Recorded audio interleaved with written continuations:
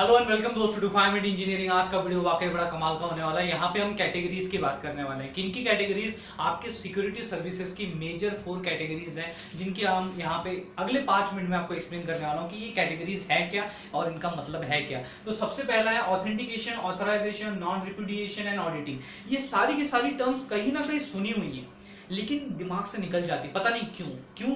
Because भैया सिखाने का तरीका अभी तक ऐसा रहा है। लेकिन अभी इस वीडियो में मैं गारंटी करता हूं कि इन चारों के बारे में जो भी मैं आपको बताऊंगा वो जिंदगी भर आपके दिमाग में रहेगा। इस तरीके से मैं आपको बताऊंगा, ऐसे एग्जाम्पल्स के साथ मैं आपको बताऊंगा। सबसे पहले तो भैया ऑथेंटिकेशन। ऑथेंटिकेशन का मतलब क्या? सिंपल सा बेसिक एग्जांपल देता हूं। जैसे कि आप अपना जीमेल लॉगिन करते हो तो यूजर नेम पासवर्ड डालते हो, और कहीं अगर आपका अकाउंट है तो वहां पे भी यूजर नेम एंड पासवर्ड डालते हो। तो ये क्या है? आप उस नेटवर्क में जाने से पहले, उन सर्विसेज को उपभोग करने से पहले, उस जो रिसोर्सेज है उनका उपभोग करने से पहले आप यूजर नेम और पासवर्ड डालते हो। मतलब अपने आप को ऑथेंटिकेट करते हो। आप बताते हो कि हाँ, मैं इन सर्विसेज का, इन रिसोर्सेज का, इस डेटा का ऑथेंटिकेट यूजर हूं, तो मुझे प्लीज अंदर आने दो नेटवर्क के। जैसे ही आपका लॉगिन सक्सेसफुल होता है आप अंदर चले जाते हो। अंदर चले जाते हो मतलब आप अभी उन सर्विसेज को, उन रिसोर्सेज को और उन डेटा को आप अभी एक्सेस कर सकते हो। मतलब अभी उस नेटवर्क के आप ऑथेंटिकेटेड यूजर हो। तो ये होता है ऑथेंटिकेशन। तो इसमें आप सिर्फ यूजर नेम पासवर्ड ही नहीं, यहाँ पे वन टाइम पासवर्ड होता है, ओटीपी आता है, पिन नंबर्स आते हैं, बराबर। तो वो भी आप यूज कर सकते हैं। जैसे एटीएम के पिन होते हैं ना, तो अभी एटीएम में इतने सारे एटीएम कार्ड होते हैं लेकिन उनका स्पेसिफिक एक यूनिक पिन नंबर होता है। जब तक वो पिन नंबर आप एंटर नहीं करते तब तक आप अनऑथेंटिकेटेड हो। और जैसे ही पिन एंटर करके वो वैलिड होता है, मतलब जैसे ही पिन आपका लिखा आपने, ओके, टाइप किया, और वो पिन अगर वैलिड होगा तो आप क्या हो जाओगे? ऑथेंटिकेटेड यूजर हो जाओगे। और फिर आप अपने बैंक के साथ कनेक्ट हो जाओगे और जो भी पैसे का ट्रांजैक्शन करना है वो कर सकते हो, जो कि हम नॉर्मली एटीएम यूज करके करते हैं। ओटीपी भी वैसे होता है, वन टाइम पासवर्ड, जो कि कुछ टाइम बाद इनवैलिड हो जाता है। तो अगर जो मोबाइल नंबर आपने दिया है वो मोबाइल नंबर अगर आपको प्रॉपरली बिलोंग करता है, अगर वो आपके पास है, अगर वो मोबाइल नंबर आपका है, तो क्या होगा?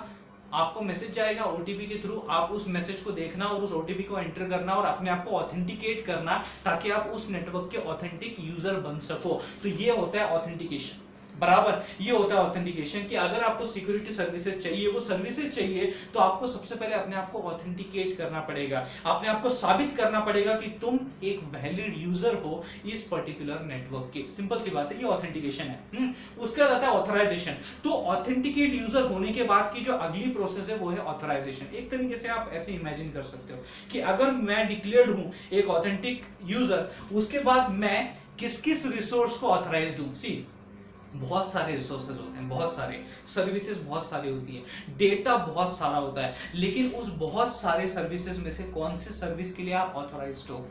बहुत सारे डेटा में से कौन से डेटा को आप सिर्फ एक्सेस कर सकते हो, किस टाइप के डेटा को आप सिर्फ एक्सेस कर सकते हो, उसके लिए आप ऑथराइज्ड हो, बराबर। जैसे कि एग्जांपल के लिए अगर मैं बताऊं तो जो एक्सेस कंट्रोल आता है वो एक्सेस कंट्रोल यहीं पे आता है, बराबर। जैसे कि आपके कॉलेज का कोई प्यून है और आपके कॉलेज का प्रिंसिपल है, बराबर।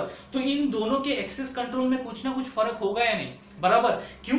बिकॉज इस प्यून का जो एक्सेस कंट्रोल है वो बहुत कम होगा over the information of institute, और आपका जो प्रिंसिपल है उसका एक्सेस कंट्रोल सबसे ज्यादा होगा।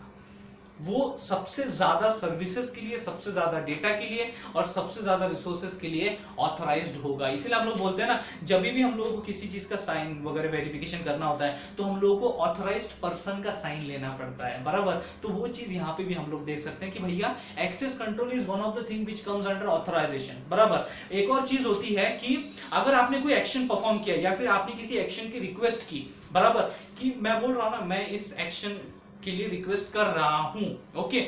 तो अब ये भी देखा जाता है कि आप उस रिक्वेस्ट के लिए या फिर उस पर्टिकुलर एक्शन के लिए ऑथराइज्ड हो या नहीं, वो भी चेक किया जाता है। तो यहाँ पे सिर्फ डेटा या फिर सर्विस या फिर रिसोर्स की बात नहीं हो रही, एक्शंस की भी बात हो रही है, बराबर। कई कई बार कुछ साइट्स बैंड होती है, बराबर, और कुछ कंट्रीज के लिए अगर उस कंट्रीज में से अगर रिक्वेस्ट जाती है उस ब्लॉक्ड या फिर बैंड कंटेंट के लिए, तो आपका वो जो रिक्वेस्ट है वो डिनाई कर दिया जाता है, कैंसिल कर दिया जाता है, क्योंकि वो कंटेंट जो है, वो जो वेबसाइट है वो बैंड हो चुकी है आपकी कंट्री में, और उस कंट्री का अगर यूजर एक्सेस करना चाहता है, रिक्वेस्ट करता है, तो उसको डिनाई कर दिया जाता है, बिकॉज ही और she, that person is not authorised he or she is not authorized for accessing that content, for playing that content, or for making that particular action or request for that particular content. Simple सी बात है, that is a authorization, so you are not authorized.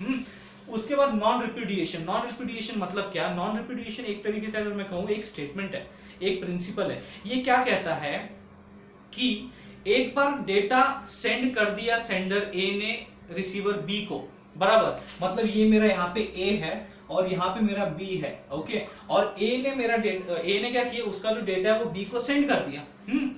Send करने के बाद ए can not से, ए ये नहीं कह सकता कि मैंने डेटा सेंड नहीं किया है. ए कभी भी ये कह नहीं सकता कि ये जो डेटा है ये मैंने सेंड नहीं किया है. That is what the non repudiation says. And एक और तरीके से आप इसे कह सकते हो कि on receiving the message which A sent to B, B ये नहीं कह सकता कि मुझे मैसेज नहीं मिला है. That is called as a non repudiation. मतलब दोनों ही मना नहीं कर सकते. ये भी मना नहीं कर सकता कि भाई मैंने सेंड किया है, और ये भी मना नहीं कर सकता कि मैंने रिसीव किया है. This is called as a non repudiation. तो इनके अपने अपने प्रूफ्स होते हैं, इनके पास अपने अपने प्रूफ होते हैं. अगर इसने बोला कि भाई मैंने मैसेज सेंड ही नहीं किया, तो ये बताएगा देख भाई ये तूने मैसेज सेंड किया, ये तेरी तरफ से आया, तो ये प्रूफ हो गया. किसका प्रूफ? ये आपके डेस्टिनेशन का प्रूफ हो गया, ये आपके रिसीविंग एंड का प्रूफ हो गया ऑफ नॉन रिप्यूडिएशन. और उसी तरीके से अगर ए कोई डेटा सेंड करता है और बी बोलता है भाई मुझे तो कोई डेटा रिसीव हुआ ही नहीं, मैंने रिसीव किया ही नहीं, तो ये ए के पास अपना प्रूफ होता है, दैट इज सेंडर प्रूफ. ए के पास अपना सेंडर प्रूफ होता है, नॉन रिप्यूडिएशन सेंडर प्रूफ, जो बोलता है कि नहीं भाई मैंने तेरे को दे दिया है, बराबर, ये मैंने तेरे को दे दिया, तेरे तक पहुंच चुका है, ओके. तो ये दोनों ही डिनाई नहीं कर सकते ऑफ एक्सेप्टिंग और transmission of the packet respectively. ठीक है. उसके ऑडिटिंग. ऑडिटिंग मतलब क्या? सीआईडी. सीआईडी मतलब इन्वेस्टिगेशन, पूरी तरीके से तहकीकात, ओके. तो ऑडिटिंग को आप ऐसा नहीं कह सकते कि ये एक तरीके से आपको प्रोटेक्ट करता है, बराबर, आपके सिस्टम को प्रोटेक्ट करता है. ये हम ऑडिटिंग को इस तरीके से कह सकते हैं कि ये प्रॉब्लम आने के बाद या फिर अटैक होने के बाद उस प्रॉब्लम को एनालाइज करने में हेल्प करता है ऑडिटिंग. ये बढ़िया है. Auditing is not actually providing you protection, it is actually analysing the problem. मतलब प्रॉब्लम हो गया उसको एनालाइज करता है. तो क्या करता है, मतलब ऑब्वियसली सीआईडी या फिर पुलिस खून करने से पहले क्यों आएगी?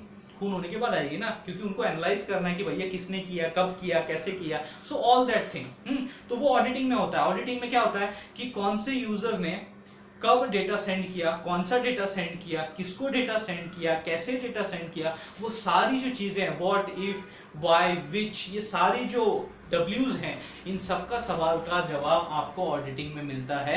जहां पे हम लोग कई सारी चीजें चेक करते हैं कि भैया जो डेटा यहां से निकला था, ए से निकला था बी तक, क्या उसकी इंटीग्रिटी मेंटेन्ड है क्या? तो डेटा इंटीग्रिटी में हम लोग चेक करते हैं. क्या उसकी कॉन्फिडेंशियलिटी मेंटेन्ड थी क्या? तो सारे various parameters of the security is being getting checked under the auditing. तो ये सारी चीजें हम लोग देखते हैं, और ये मेजर ब्रॉड कैटेगरीज हैं आपके सिक्योरिटी सर्विसेज की, जो कि मैंने इस वीडियो में आपके साथ डिस्कस किया. अगर ये वीडियो आपको पसंद आ गया होगा, थोड़ा बहुत समझ में आ गया होगा और मैंने आपकी एग्जाम में मदद कर दी होगी, इस वीडियो को लाइक कर दीजिए और उससे भी ज्यादा इंपॉर्टेंट काम जरूर शेयर कीजिए अपने सारे दोस्तों के साथ. मेरी मदद उन तक पहुंचाइए. थैंक्स अ लॉट दोस्तों फॉर वॉचिंग दिस वीडियो.